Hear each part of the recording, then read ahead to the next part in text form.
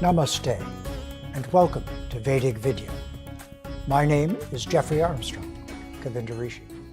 Our topic tonight is how the papal bull Inter Caetera, issued by Pope Alexander in 1493, set the stage for global colonization, or how the Catholic Church consumed the world in the name of Jesus. It's quite ironic, isn't it? The word bull has taken on a different meaning in contemporary language. But you see, in 1493, on May 4th, Pope Alexander VI issued a papal bull, a directive from the Catholic Church, the then dominant religious force on the planet, or the majority of it. And the doctrine in that document supported Spain's strategy to exclusively exploit the lands discovered by Columbus. It's very important to know this, not because we're supposed to get mad at contemporary Christians for what was done that long ago. Don't do that. They don't know. Most of them are unaware of it. But it is very important for us to know that a sincere religion in its beginnings turned into a cartel of power and abuse that led to the exploitation of our entire planet in the name of loving, kind, and gentle Jesus. That's pretty ironic, if you ask me. To colonize in the name of Jesus is like beating people up in the name of Jesus. Yeah, let's go beat some people up in the name of Jesus. No, you wouldn't do that. So, and even recently, when the Pope went on a tour of First Nations cultures, he should have brought a bag of money. He should have brought millions and millions and millions of dollars and dropped them off at each tribe and said, a token, so sorry. And it's very important that we know history correctly. And I know you were not taught this in school, but take the trouble to look it up. But with the internet, you'll have this papal bull in your hands in no time. The importance of this is for us to understand that a very horrific thing was done to the rest of the world in the name of a cultural viewpoint that's just still playing itself out. For example, in the First Nation cultures that were dominated by the colonizing Spaniards and then eventually everyone else, and the English, interestingly enough, took it over from the Spaniards. And I don't know if you know this, but while the Spaniards and Portuguese were traveling by seafaring, going back and forth to exploit the newly discovered cultures, the British became the pirates. And their job was to steal from Portugal and Spain what was stolen from the cultures of the First Nations peoples around the world. And guess what? All those First Nation cultures, 201, looked at the feminine in their tribe as the source of wisdom. The female was the embodiment of the land. So if a man married a woman, he went to live where she lived. She didn't go where he went. She wasn't his chattel. He was her servant in the service of Mother Earth. This beautiful indigenous philosophy even led to the hospitality that many of them extended to those who were there to take everything and enslave them. And our world has not recovered from this yet, so please don't think so. Our so-called third world countries, that's just a stupid political term invented to distract you from colonized cultures that are still being colonized. Pay attention. They're still making nothing for working long, arduous hours, pulling resources out of their ground. So it's very important to understand history correctly if we're going to change it. And we are poised at a difficult moment in history.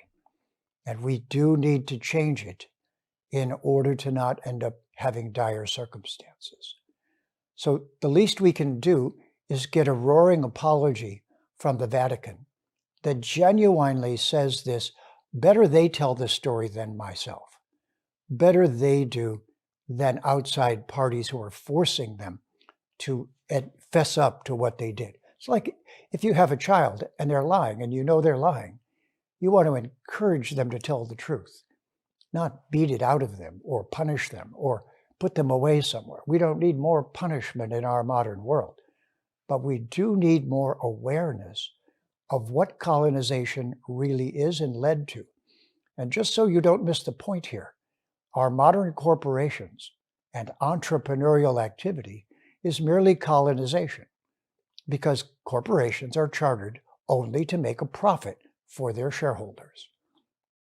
And because that's not just the labor of an individual, which is honest, then it quickly has become dishonest and dangerous and disempowering to everyone else, because the corporations are sucking the life out of the world and don't have a mandate or a program or a principle that causes them to give back. So I'd like you to think of this as the one lifetime religion came and dominated the many lifetime work with Mother Nature cultures. One at a time, dominated them, overcame them, stole everything they could from them. This is how we got into the financial mess we're in now. If you don't connect this part, you're missing it. If you think it's just modern times that are having financial problems, have you heard the word karma? Or how about what goes around comes around? So it's very important to understand that this same process happened not just to tribes in various places throughout the world, but this is what the British, the Church of England, did to India, to Bharat, to an entire culture. And how could they do it? How could all of these people going out overcome these tribes? A little black substance called gunpowder. Not by culture, not because they were right, not because they were better in any way, with gunpowder. Think about that. Is it surprising then that we're pointing nuclear weapons at one another right now? That people are going in from one country to another country and killing massive amounts of civilians, destroying apartment buildings, killing your pets, killing your babies, killing your children? Doesn't matter who that's being done to. It should stop immediately. Stop, stop, stop. The Pope should issue a bull. No bull. He should tell them, stop, in the name of Jesus, in the name of anything decent. So it's really important to understand history because it repeats itself. You've heard this. If it's not corrected, history repeats itself. It's called karma in the Sanskrit. It's called what goes around comes around. It orbits. It knows where you are and it finds you. It comes back. There's an old saying in India that a baby calf can find its mother in a herd of 1,000 cows. And so it is that the actions that a person or culture commits eventually find them and come home to them and go, who's your daddy? Ah, there's my papa, my papal bull.